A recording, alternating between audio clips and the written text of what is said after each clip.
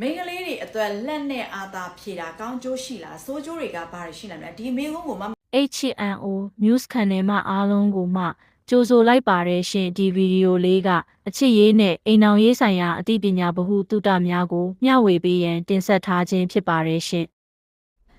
မိန်းကလေးတွေအတွက်လက်နဲ့အာသာဖြေတာကောင်းကျိုးရှိလားဆိုးကျိုးတွေကဘာတွေရှိနိုင်လဲဒီမိကုန်းကိုမမေကို CP မှာလည်းတော်တော်များများမေးကြတယ်လို့ comment မှာလည်းအမေးများလို့မမေကျမ်းမာရေးဖူးသုတအနေနဲ့ပဲတင်ဆက်ပေးချင်ပါတယ်ရှင်အာသာဖြေခြင်းရပါလဲအများအမြင်မှာတော့အမျိုးသားတွေပဲအာသာဖြေကြတယ်လို့ထင်မြင်ကြပေမဲ့အမျိုးသမီးတွေလည်းအမျိုးသားလိုအာသာဖြေခြင်းကရှိပါတယ်အများသောအားဖြင့်ဒီအာသာဖြေခြင်းကိုဘယ်လိုလူတွေကလှုပ်ဆောင်ကြလဲဆိုတကိုယ်ရည်တဲ့နေတဲ့အမျိုးသားအမျိုးသမီးတွေလှုပ်ဆောင်ခြင်းကပိုများပါတယ်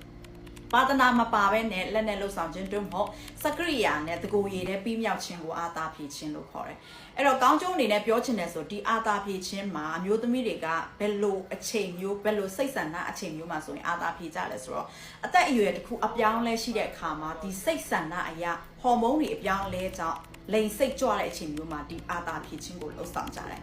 အဲ့ဒီအသက်အရွယ်ဆို18နှစ်ကျော်ပြီးတဲ့သူတွေအသက်30ကျော်တဲ့သူတွေကစိတ်ဆန္ဒတက်ကြွတဲ့အချိန်တွေဖြစ်တယ်အဲ့လိုအမျိုးသမီးတွေကအများသောအားဖြင့်ပါဒနာမရှိတဲ့သူတွေကလက်နဲ့အာသာဖြေခြင်းကလှုပ်ဆောင်ကြတယ်ဒီအရာတွေကတောင်းဆိုခြင်းကကောင်းလားဆိုတော့လိန်စိတ်တောင်းဆိုတာကတော့ကောင်းတယ်အလွန်အကျွံဖြစ်ရင်တော့မကောင်းပါဘူးရှင်လိန်စိတ်တောင်းဆိုတာကကျမ်းမာတဲ့လူမတာလင်တောင်းဆိုကြတာဖြစ်တဲ့အတွက်ကြောင့်လိန်စိတ်ကြွတာတော့ကောင်းတယ်လိန်စိတ်အလွန်အကျွံကြွခြင်းကတော့မကောင်းပါဘူးရှင်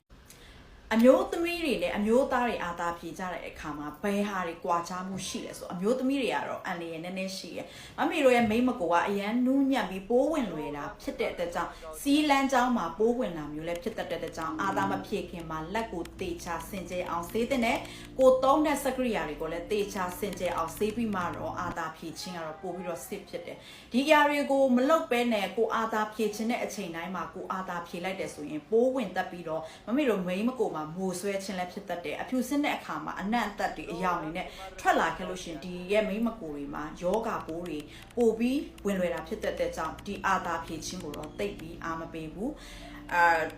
ပါဒနာရှိရင်တော့ပို့ပြီးတော့အဆင်ပြေတယ်အများသောအားဖြင့်ပါဒနာမရှိရလူကတော့တကိုယ်ကြီးအာသာဖြေခြင်းကိုလှုပ်ဆောင်ခြင်းနဲ့စိတ်အယမ်းပြင်းပြနေတယ်ဆိုရင်တော့အလွန်အကျွံမဖြစ်ပါစေနဲ့တခါတည်းရံဖန်ရံခါတောင်းဆိုခြင်းကိုလုပ်တဲ့အခါမှာဒီအချက်လေးတွေကိုတော့ဆင်ခြင်စေချင်ပါတယ်ရှင်နောက်တစ်ခုပြောချင်တာကကြတော့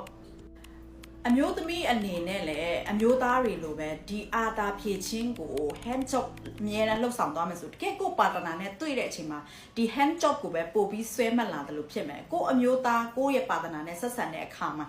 လိန်စိတ်တွေမကြွတာမျိုးလဲဖြစ်တတ်တာဖြစ်တဲ့ကြောင့်မလို့တကိုယ်ရေးအာသာဖြည့်ချင်းကိုတော့အရန်ကြီးအားမပေးပါဘူး။ကောင်းကျိုးအနေနဲ့ကဘာတွေရှိလဲဆိုတကိုယ်ရေးအာသာဖြည့်ချင်းကတော့စိတ်ပြီးစီးမှုတွေကိုရော့ကျစေတယ်။ကိုယ့်ရဲ့တက်လုံအားတော့ကောင်းတယ်။တို့တော့ခုနစိုးကျိုးလေးတွေကိုမှရှေ့ကပြောသွားသလိုဖြစ်တဲ့ကြောင့်ပါတနာနဲ့လိန်ဆက်ဆံခြင်းပို့ပြီးတော့ကောင်းတယ်လို့မှပြောချင်ပါရှင်။ကျေးဇူး။ကျမတို့တင်ဆက်သမျှကိုမလွတ်တမ်းကြည့်ရှုနိုင်ဖို့ HNO သတင်း channel ကိုစာရင်းသွင်းမထားသေးပါကအခုပဲစာရင်းသွင်းထားဖို့မမေ့ပါနဲ့နော်